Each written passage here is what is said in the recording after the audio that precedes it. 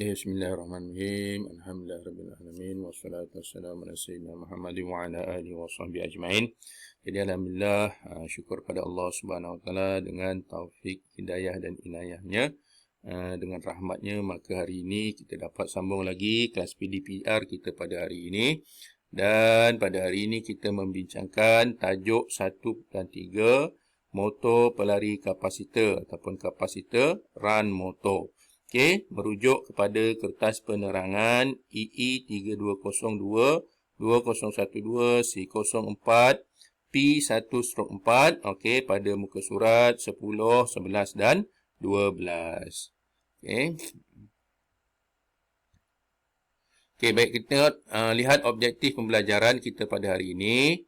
Pada akhir pembelajaran ini, murid akan dapat yang pertama, membandingkan antara motor pelari kapasitor yang kita pelajari hari ini dengan motor penghidup kapasitor yang kita telah pelajari sebelum ini. Okey, yang kedua, menyatakan sekurang-kurangnya satu dari dua jenis motor pelari kapasitor yang dipelajari. Ada dua jenis saja motor pelari kapasitor ni. Baik, yang ketiga, menjelaskan sekurang-kurangnya satu dari dua ciri-ciri dan prinsip operasi motor pelari kapasitor yang dinyatakan di atas tadi. Kena nyatakan nama, jenis dan juga ciri-cirinya. Okey, baik. Kita lihat di sini. Okey. Motor elektrik satu fasa. Okey, yang pertama motor induksi sangkar tupai ataupun motor fasa belah yang kita dah pelajari sebelum ini. Yang kedua, motor penghidup kapasitor, kapasitor start motor yang kita dah pelajari sebelum ini. Dan hari ini kita belajar berkenaan dengan motor pelari kapasitor, kapasitor run motor. Baik, mari kita lihat. Okey. Baik, motor pelari kapasitor, kapasitor run motor. Pengenalan motor pelari kapasitor. Secara umumnya, motor pelari kapasitor adalah sama dengan motor penghidup kapasitor. Okey, bezanya adalah dalam motor pelari kapasitor, gelong penghidup dan kapasitor. Ingat ya, gelong penghidup dan kapasitor kekal aktif. Kekal aktif semasa rotor berputar walaupun dalam kelajuan maksimum. Okey, di mana yang kita pelajari sebelum ini dalam motor fasa belah atau motor sangkar tupai dan juga motor penghidup kapasitor. Okey, apabila kelajuan rotor telah mencapai 75% hingga 85%, maka switch 4 akan terbuka dan gelong penghidup dan kapasitor tidak aktif. Okey, tapi berbeza dalam motor pelari kapasitor ni di mana walaupun kelajuan rotor telah mencapai 75% hingga 85% kelajuan maksimum dan juga hinggalah sampai mencapai tahap kelajuan maksimum, okey, dia punya gelong penghidup dan kapasitor ni masih lagi kekal aktif berfungsi. Okey. Baik.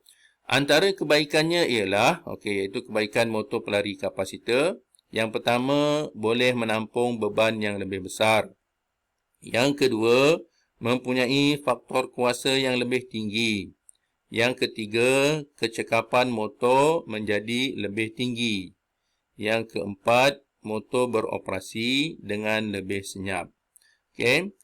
Terdapat dua jenis motor pelari kapasitor, iaitu yang pertama, motor pelari kapasitor satu nilai dan yang kedua, motor pelari kapasitor 2 nilai. Ada dua jenis saja. Mudah je awak nak ingat, di mana ini tadi salah satu daripada kita punya objektif pembelajaran hari ini. Okey, iaitu yang pertama, motor pelari kapasitor 1 nilai. Yang kedua, motor pelari kapasitor 2 nilai. Baik, kita lihat ni gambar rajah ni. Ini ialah gambar motor pelari kapasitor. Dia tidak ada banyak beza lah di segi luarannya dengan motor penghidup kapasitor. Okey, yang ini ialah gambar motor pelari kapasitor yang mana kapasitornya diletakkan di luar. Awak tengok ni ini motor pelari kapasitor 2 nilai.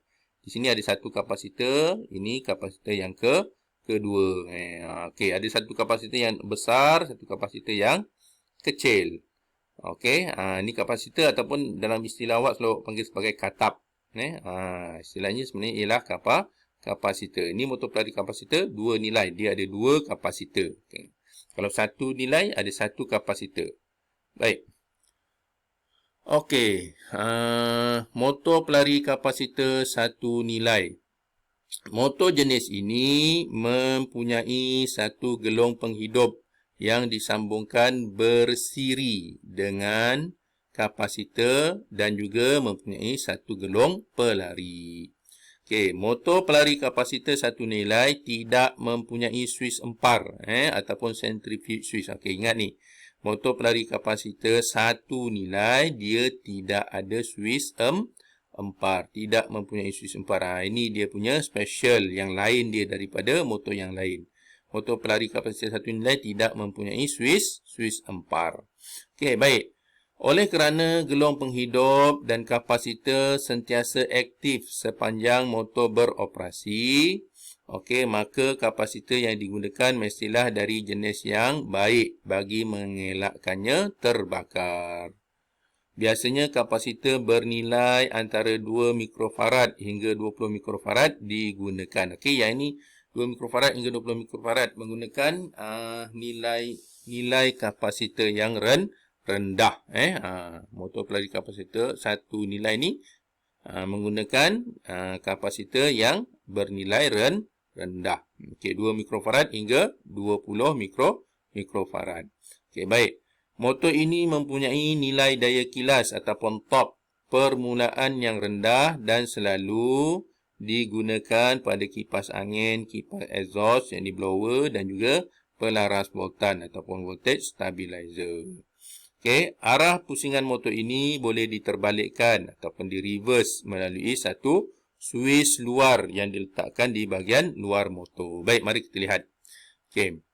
Litas skematik dan prinsip operasi motor pelari kapasitor satu nilai. Okey, kita lihat yang ni dulu. Okey, ini ialah yang cikgu ambil daripada YouTube cikgu. Seorang cikgu di sekolah di Perak ni, dia pun sama. Buat video PDPR macam cikgu juga. Jadi cikgu ambil daripada dia. Okey, yang rajah ni ialah rajah yang ada dalam kertas penerangan. Okey, tak silap cikgu pada muka surat 12 rasanya. Okey, baik kita lihat dulu. Okey, sambungan forward drive. Okey, ini ialah dia punya rajah skematik motor pelari kapasitor satu nilai. Awak tengok sini dia tidak ada suis tidak ada suis empar. Okey. Baik. Ini ialah sambungan untuk forward drive. Okey, sambungan untuk forward drive ataupun putaran mengikut arah jam. Okey, di mana gelong A ni, gelong A ni menjadi belitan penghidup ataupun gelong penghidup. Dan gelong B ni dia menjadi gelong utama atau gelong pelari. Gelong pelari istilah dia. Belitan pelari, gelong pelari. Okey. Baik. Ini ialah untuk sambungan forward drive, motor berputar mengikut arah jam. Okey, kalau dia reverse drive ataupun motor berputar melawan arah jam, okey, sambungan dia jadi macam ni. Sambungan dia jadi macam ni. Okey, di mana sebenarnya gelong dalam sambungan reverse drive ni, okey, gelong A ni yang tadinya gelong penghidup menjadi gelong pelari. Sini sepatutnya ni belitan pelari ni. Dia ni gelong pelari. Okey, manakala belitan yang B ni, okey, yang tadinya belitan pelari, terlindung dekat wajah cikgu ni. Belitan pelari, dia menjadi belitan penghidup. Okey, baik. Macam mana dia buat tu?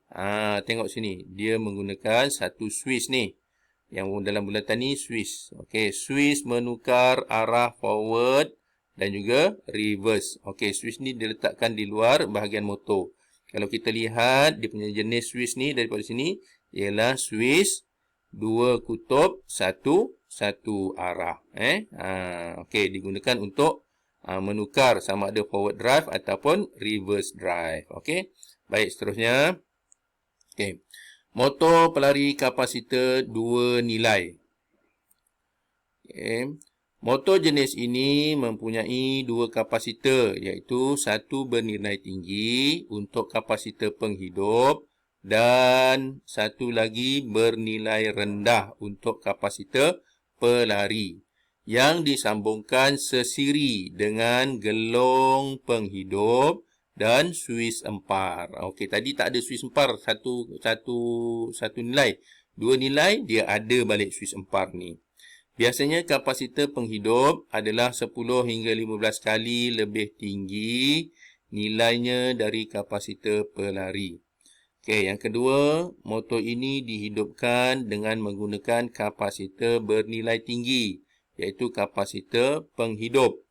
Apabila kelajuan motor mencapai 75% hingga 85% kelajuan maksimum, suis empar akan terbuka dan hanya kapasitor bernilai rendah, iaitu kapasitor pelari yang beroperasi. Dalam masa yang sama, kedua-dua gelong penghidup dan gelong pelari dikekalkan aktif semasa motor ataupun rotor berputar. Okey, menggunakan cara ini, operasi penghidup, iaitu starting yang baik dan operasi pelarian, iaitu running yang lancar akan diperolehi. Okay, motor jenis ini sesuai untuk penggunaan yang memerlukan beban berat seperti kompresor. Baik. Okay, kita lihat di sini. Okay, dia punya litar skematik dan prinsip operasi motor kapasitor dua nilai. Okay, lihat beza dia. Beza dia dekat sini. Okay, beza dia dekat sini. Okay, di mana dia mempunyai dua kapasitor. Satu kapasitor bernilai tinggi yang ni dan satu lagi ialah kapasitor bernilai rendah yang ni dan dia mempunyai suis empar. Okey. Apabila kelajuan motor mencapai tahap 75% hingga 85%, okey, suis empar ni akan terbuka.